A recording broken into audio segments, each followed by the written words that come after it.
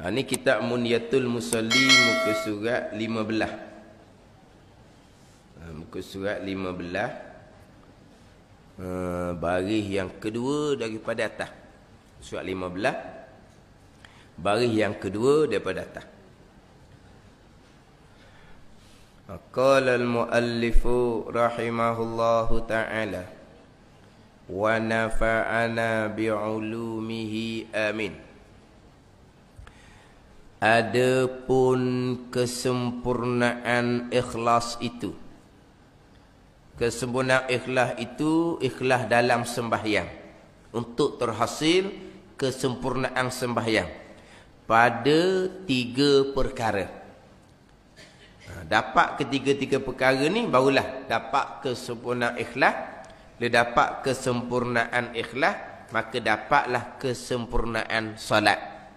Mana pertama, bahawa engkau tuntut dengan sembahyang itu, tuntut dengan keredaan Allah Subhanahu wa ta'ala. Tuntut reda Allah Subhanahu wa ta'ala. Dan jangan engkau tuntut akan reda manusia. Itu kesempurnaan ikhlas yang pertama, bahawa engkau tuntut dengan sembahyang itu. Tuntut apa? Tuntut dengan keredaan Allah.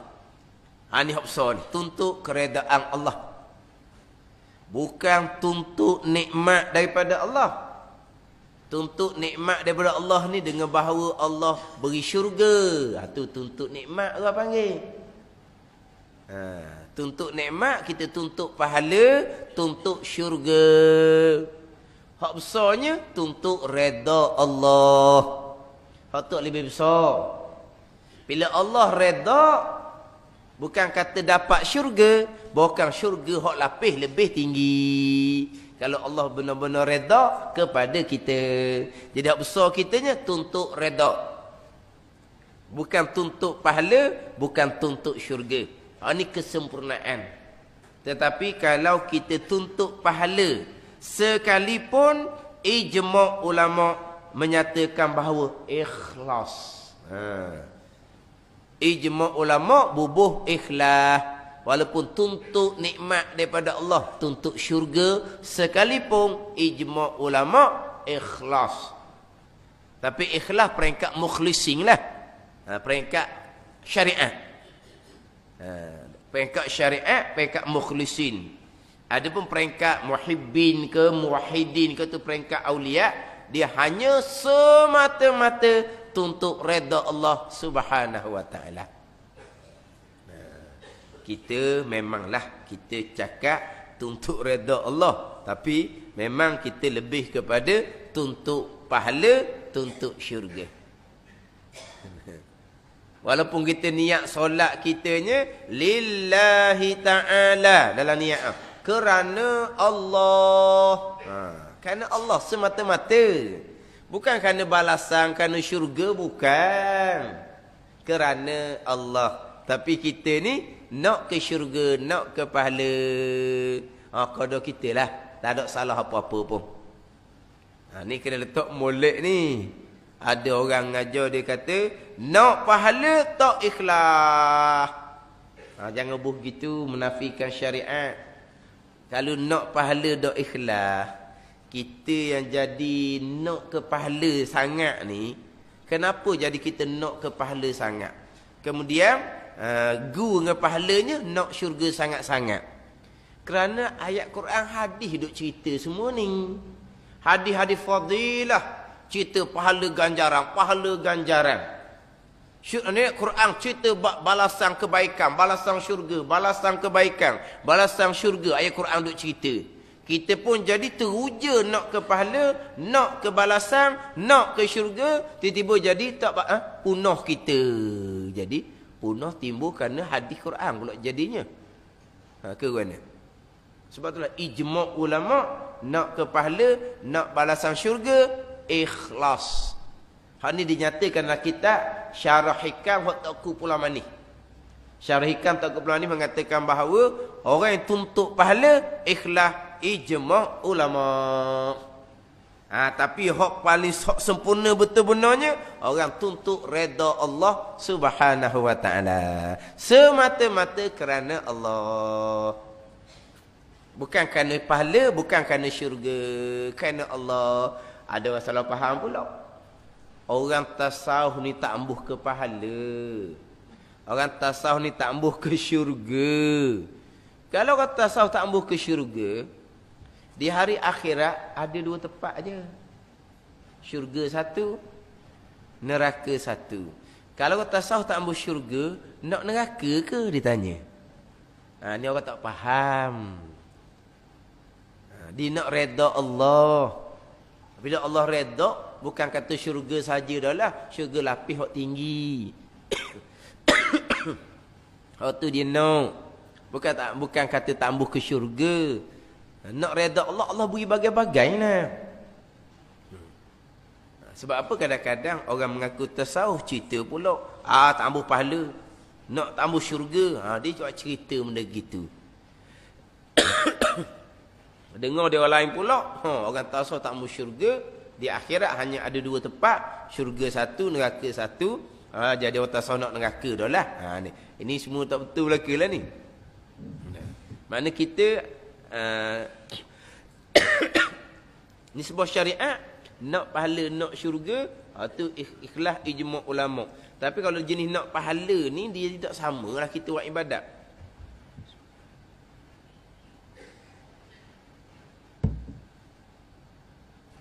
Apabila kita nak pahala, lebih kerana pahala, tengok tak sama kita bulan Ramadan dengan bulan lain kan?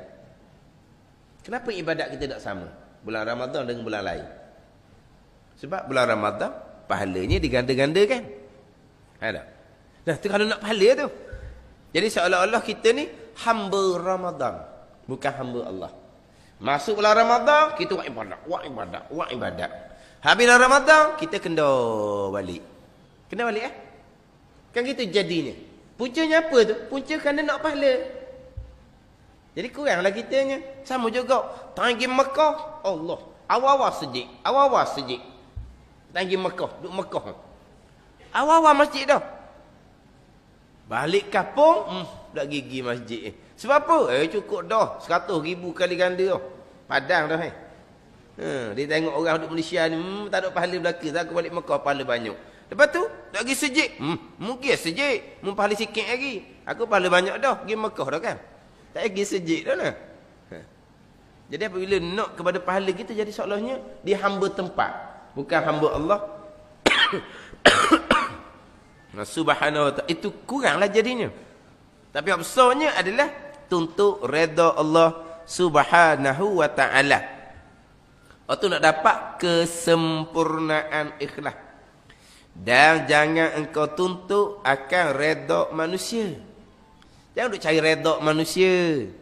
Nak cari supaya manusia pujilah, supaya manusia sukalah. Kita kalau kita tuntut redha manusia, kita nak redha manusia, mula-mula manusia pujilah kitanya. Lama-lama apabila kita tuntut redha manusia, Allah Ta'ala murka kepada kita. Mula-mula tak terselah lagi lah kita dimurkai oleh Allah. Lama-lama zahirlah kemurkaan Allah. Orang pun jadi tak berhidah kitanya. Tetapi kalau kita tuntut redha Allah, kasih Allah, maka bila Allah redha, Allah kasih, Allah akan campur kepada hati manusia lain supaya redha dan kasih kepada orang yang Tuhan redha dan Tuhan kasih. Gitu je lah.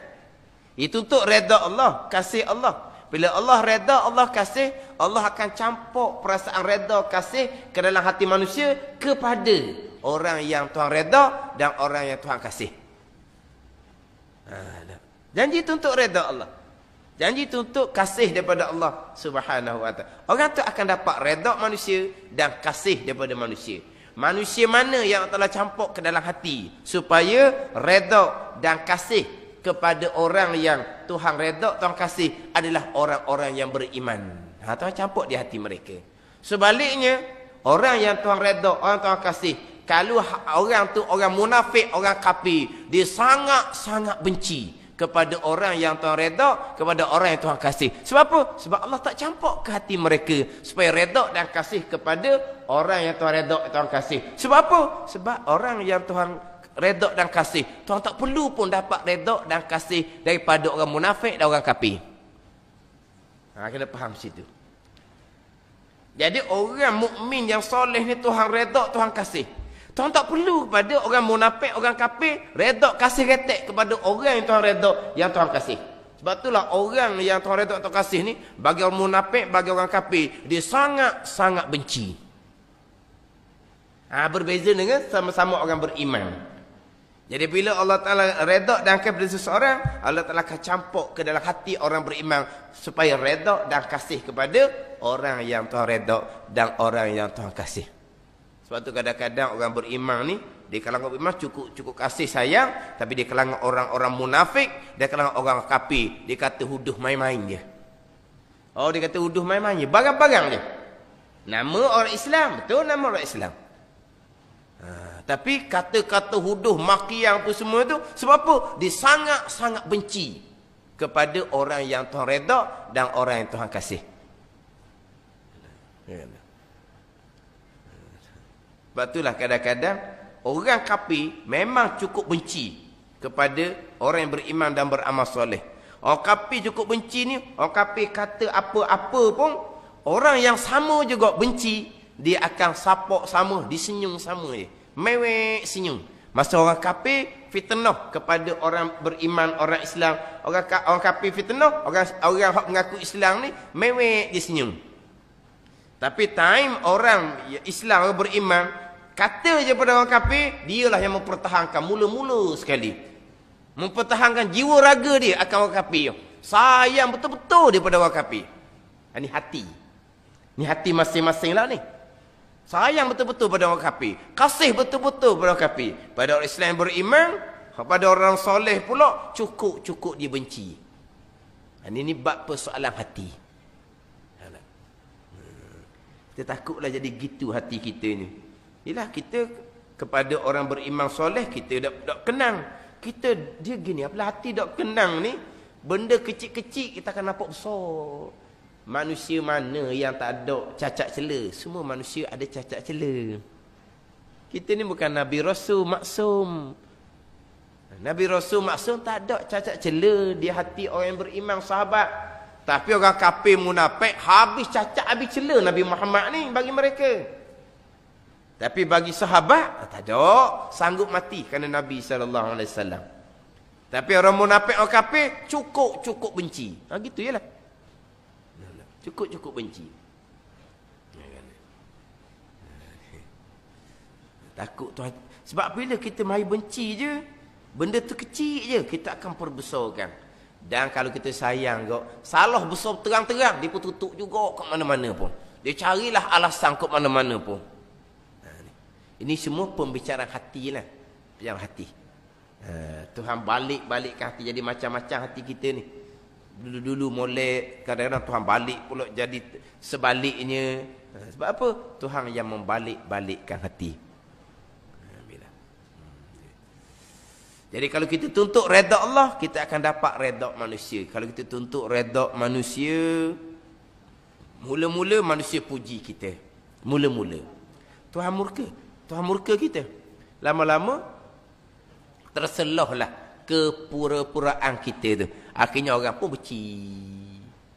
Sebab tu orang hak betul benar, orang hak jujur ikhlas betul benar, tak usah duk usinglah. Lama-lama Tuhan akan buka juga. Tuhan akan beri kemuliaan atas dunia. Walaupun dia bukan nak tuntut kemuliaan atas dunia, tapi Tuhan beri kemuliaan atas dunianya kepada orang yang Tuhan kasih. Tuhan akan beri. Kita tak perlulah nak menonjol-nonjol, tak perlu. Orang yang menonjol-nonjol, orang yang apa tu? Yang duk naik ke depan nak suruh nampak. Dia buat amal, dia orang belajar, dia orang kuat amal, biar nampak dia. Tak lama Tapi kalau orang tu orang belajar lillahi ta'ala, wa amal pun lillahi ta'ala, akhirnya Tuhan pun buka sikit kemuliaan dia. Orang pun memuliakan dia dengan ikhlas. Tak ada kerana lain. Tak ada kerana lain. Orang yang menonjol diri untuk dapat pujian, Orang memuji pun kadang-kadang ada tujuan lain. Maka tak dapat benda yang asli, benda hak sebenar-benar. Dia berpura-pura supaya dipuji oleh orang. Orang pun memuji dia dengan berpura-pura. Nak gitu. Tetapi kalau dia tuntut redha Allah, akhirnya kalau orang puji dia kemudian, puji dengan ikhlas. Puji yang sebenar. Bukan puji pura-pura. Kita nak ke puji pura-pura daripada orang.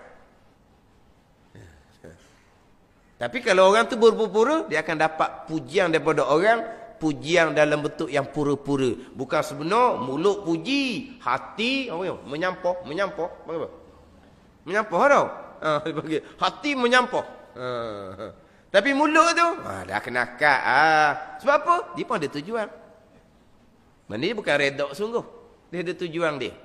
Tapi kalau kita betul-betul untuk redha Allah, orang ni akan dapat kemuliaan dunia dan akhirat.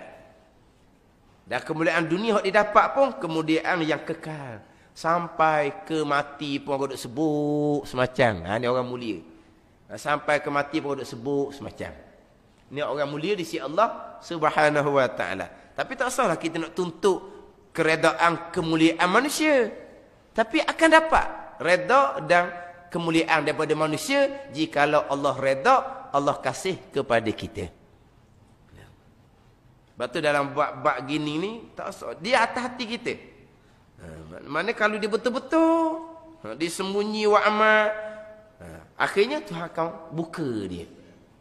Kalau tu dalam kitab hikam dia kata tu, idfin wujudaka fi ardil khumul fama nabata mimma lam yudfan lam yatimma nitaju.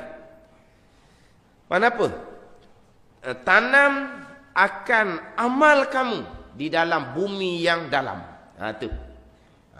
Tanam amal kamu dalam bumi yang tersembunyi. Dia panggil tashbih. Jangan duduk buka amal. Sembunyikan. Tanam amal kamu dalam bumi yang tersembunyi. Maka barang yang tidak ditanam, maka nescaya tidak sempurna tumbuhnya. Kalau tumbuh pun kejap balik. Dah tak tanam, cepat timbul nama, cepat orang puji. Tapi tahan ke tak? Tapi kalau tanam dalam, kita duduk sirang ni, ke benih tak jadi ni. Dah tumbuh-tumbuh ni, lama dah kita duduk sirang. Sebab kita semal tanam tu dalam sikit. Tapi bila dia tumbuh tegak molek, tak terbalik dah. Maksudnya gitulah. Tapi kalau tanam toho-toho, memang sekejap je tumbuh. Tumbuh lalu dah. Tapi tahan lama.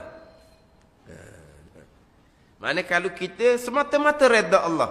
Semayang kita semata-mata redha Allah. Bukan kerana redha manusia. Akan dapat redha manusia. Tapi kalau kita tuntut redha manusia, tak akan dapat keredaan Allah Subhanahu wa ta'ala. Sebaliknya dapat kemurkaan Allah Subhanahu wa ta'ala. Itu kesempurnaan ikhlas yang pertama. Keduanya, bahawa engkau lihat akan taufik itu daripada Allah Subhanahu wa ta'ala. Kita lihat ni pandang dengan mata hati. Semayang sebenarnya taufik daripada Allah Subhanahu wa ta'ala. Kalau Tuhan nak beri taufik, sego-mego macam mana pun, tak ambuh semayangnya. Semayang kita ni taufik Allah Subhanahu wa ta'ala.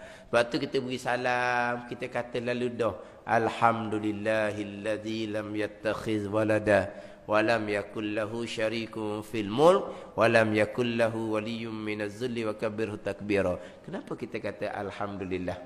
Solat kita ni adalah taufik hidayah daripada Allah Subhanahu wa ta'ala.